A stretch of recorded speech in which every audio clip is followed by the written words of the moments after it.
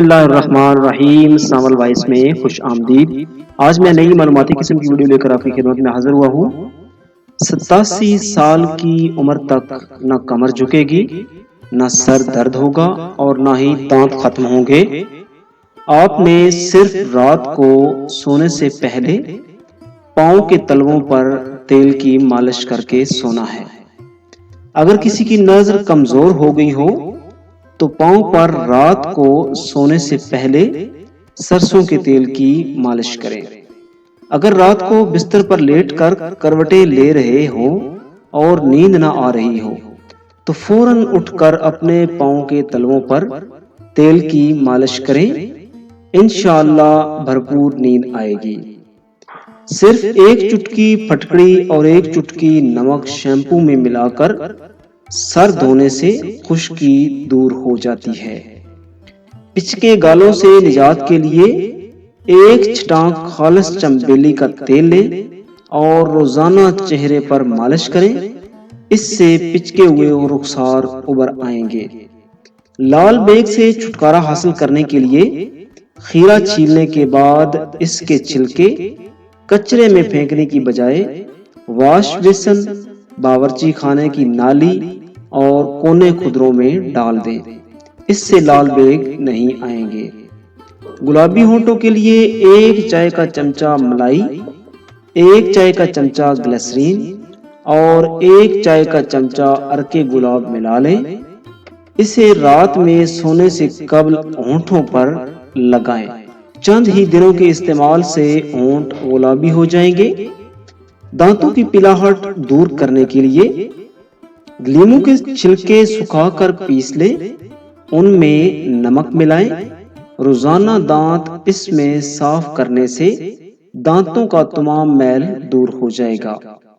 ایک چمچہ میٹھا کھانے والا سوڈا، نمک اور سہاگا لے کر کسی بوتل میں رکھ لیں، روزانہ اس سے دانت صاف کریں، دانتوں کی پیلاہٹ دور ہو جائے گی۔ سرسوں کے تیل میں ایک چائے کا چمچہ نمک ملا کر دانتوں پر لگانے سے دانت سفید ہو جائیں گے۔ اگر گلے کی خرابی میں آواز بیٹھ جائے تو ادرک میں تھوڑا سا نمک لگا کر کھائیں، آواز کھل جائے گی۔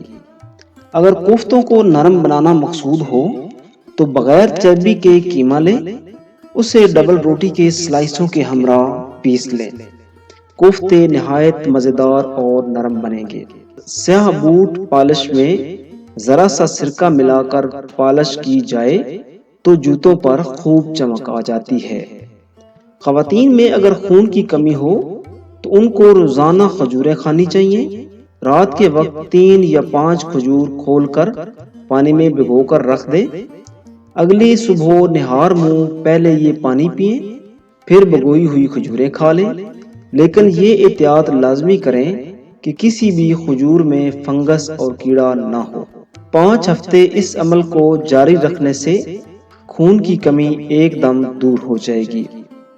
پودے کے گملوں میں کبھی کبھی ٹھنڈی چائے چھڑکنے سے مٹی میں کیڑے نہیں رہیں گے۔ خواتین اپنے ہاتھوں سے دھنیا، لہسن یا دوسری سبزی کی بو دور کرنے کے لیے ٹوتھ پیسٹ کو ہاتھوں پر مل کر دھو لیں، بو دور ہو جائے گی۔ چاول ابالتے ہوئے اگر اس میں 1 چمچ سرکہ ڈال کر ابالیں تو چاول لمبے لمبے، دانے دار اور کھلے کھلے بنیں گے۔ اگر میری ویڈیو اچھی لگے تو لائک کریں اور فرینڈز اینڈ فیملی ممبرز کے ساتھ شیئر کریں۔ اگر میرے چینل کو ابھی تک سبسکرائب نہیں کیا تو پلیز میرے چینل کو سبسکرائب کر دیں اور بیل آئیکن لازمی پریس کریں تاکہ میری ہر نئی آنے والی ویڈیو آپ سب سے پہلے دیکھ سکیں۔